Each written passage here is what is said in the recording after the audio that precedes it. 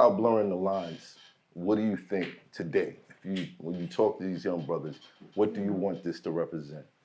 And can it even be reformed? Because I asked you earlier if it could be reformed. But now that we have like gang Ricos, does it even make sense?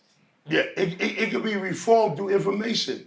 You see, the reform comes through, just like we were reformed, self-reform. We autodidactic. Yeah, but we not no actively gang. Hear me out. Of course we're not active, but I'm saying the fact of the matter is that the reform comes, nigga, the mentality ain't active because motherfucker ain't trying to end up in nobody's cell. Right. But the mentality has to get reformed whether you active or not. Because you could be not active and still have gangbang mentality. Right. You just rolling solo dolo. Right. You just ain't running with a bunch of motherfuckers that can hide the possibility of getting you knocked or telling on you. You understand what I'm saying? You're a one-man game. So I say that to say that a lot of the responsibilities that I took upon myself is what made me want to reform myself. It wasn't the system. Prison don't do reforming. That's a corruption. You just come out of there a better criminal, not a reformed man. That's not the place for you to get reformed. Or you don't come out at all. Or you don't come out at all. You gotta put the self-work. It's self-help in prison. You gotta be autodidactic, self-taught. So what made you want to change? What made me want to change? I got tired of being in jail all my fucking life. From the age of 11 to 17, every summer I spent on somebody's baby jail. 18 was the only summer that I had free. 19 to 54, I was incarcerated. So what made me want to change is the pain of incarceration. And it wasn't just the brutality that I suffered at the hands of the administrators and the prison guards and that entire slavery system, the legalized 13th Amendment. It wasn't only that I suffered and I'm a survivor of, it's also a survivor of my conscience.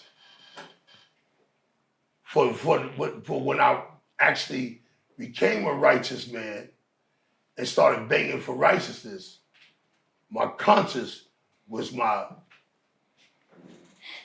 worst abuser, self-abuse.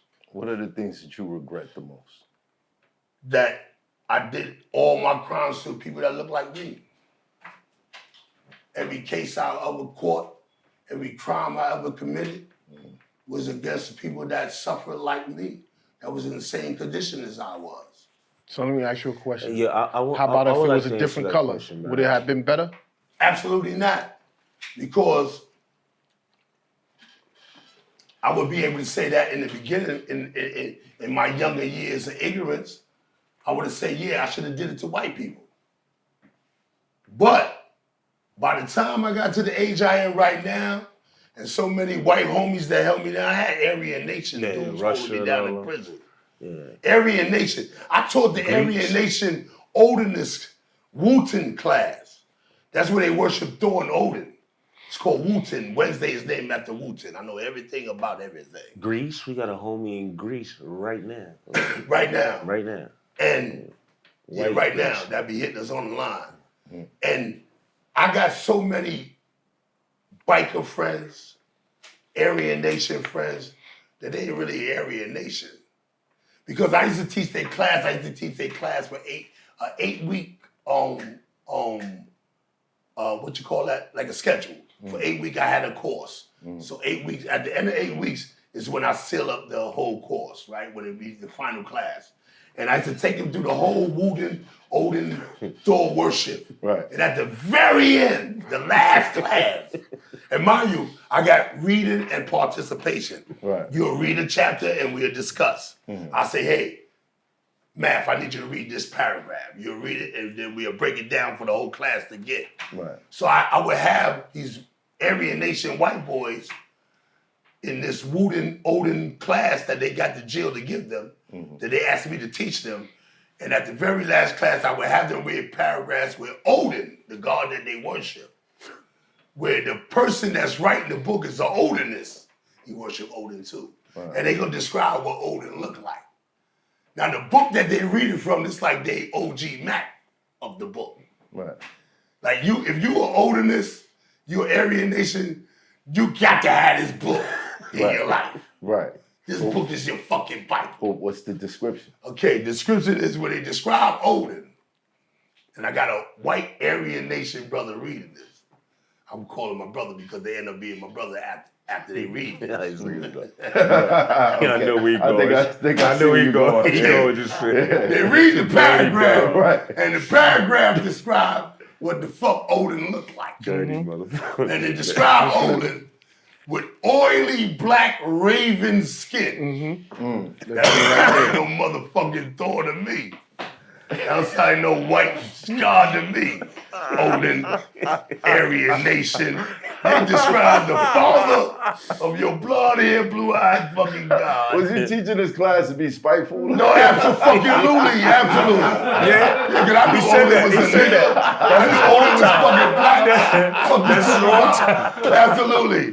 With a shock effect. That's how you combat racism. Fuck you talking about? That's right. For fun. Listen, I'm in That's how you prison. dissolve I got racism. 271 years of life, according to these devils, right? But I know I ain't checking that, right? But I'm gonna be here for a long time before I get this shit back. Right. I need some fun, nigga. It's a monotony in prison. Every day it's the same fucking thing. Okay? I'm a fucking comic book kid. I'm gonna let my imagination run wild. So you said I'm gonna teach these Aryans. Yeah. That they God is That they worship a black man. Nigga And they God. believe, to this day, they believe that. They jack me. They right now. Oh, I still shout out to all my Aryan Nation, Big Phil and them 13%, 1%ers. You already know. Wow. They shout me out on the regular. Once you teach somebody Those my something, mans it's hard to they'll walk a unteach motherfucker down. They'll walk. Boy, I never gonna put that out there in the face. Okay. Aryan Nation. Aryan Nation, shout out. There it is. Black Okay, God. there it is. Infiltrated. Odin, Raven, Exposed. black skin, last chapter. Exposed. You said you wanted to answer the same question. Yeah, you said the actual question before was what his regrets, sir.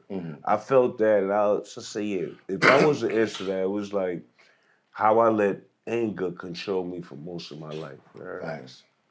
Cause I really, like when I look back at it, it was just flaming anger, you know what I'm saying? Right. Which made me the monster that some people probably see me as, but yeah, that's what it was. What was the source? Lost my mother when I was young, and I just couldn't take it. And for a long time, I wouldn't accept it. One of the deepest things I did in prison, though, like to add to my story, is I wrote her a letter in 1997. That's like almost 10 years after her death. I wrote her a letter and sent it to the crib and shit. But that's how I couldn't deal with it.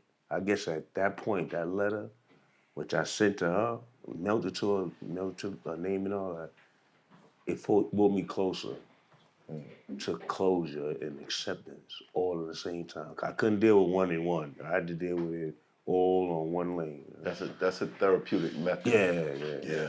I've had to my write. aunt got the I had to letter. write a couple letters. Yeah. You know what I mean? Like I had to, man. And out of all people I could have wrote in the world, and I was writing a lot of time, 'cause I did a lot of time, I said I gotta write my mom. what did you say in the letter? Just You that I couldn't share missed her. Yeah. And how much she missed, because I was 14 when I lost her. So you gotta realize that after that, my life was hell. Got convicted 21. I got arrested at 20. So it's not like I had...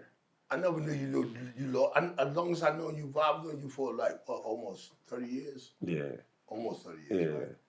I never knew you lost your moms at a young age like that. I thought all that time you was with us, you had your mama do on deck. Nah, son, my grandmother. That's fucking rough, Then bro. It's crazy is I lost I had my my grandmother. mom's on deck. Nah, that was my grandmother. It was crazy. You Oh, don't that know was that too. grandmother. Yeah. Yeah. My grandmother, as soon as I got an open date, when they decided to let me go, I lost my grandmother waiting in the cell to come home. Wow. When they came, I had an open date. When the officers came to my cell, I was like, "You want to go to the funeral?" I told them, "Nah." I was gonna go. The morning they came to my cell early, I was gonna go, but I said, "Nah, I don't want to come home after this bed wearing that." You heard? You know what I'm saying? I said, "Nah." And I closed my cell. I said, "I'll be out of here in about 11 days. You heard? I'll be released." You heard? Wow. Yeah, that's hard to hit. I lost my Yeah, mom. that's it. I lost my mom. I went to my first parole board in 2018. My mom died January 16, 2018. And I went to the parole board October 2018. And that was my first parole board. That's when I had 30 in. And I lost my mom, like I said, I lost her at the beginning of the year. So I went 10 months with the loss, went to the funeral and everything with my family, grieved. Thought I was grieving because I lost so many people in prison. Yeah. In prison, you don't really grieve. You just ain't no time for that. Ain't even no space for it. You bury the emotions of the grief, of the loss, with the people that you lost.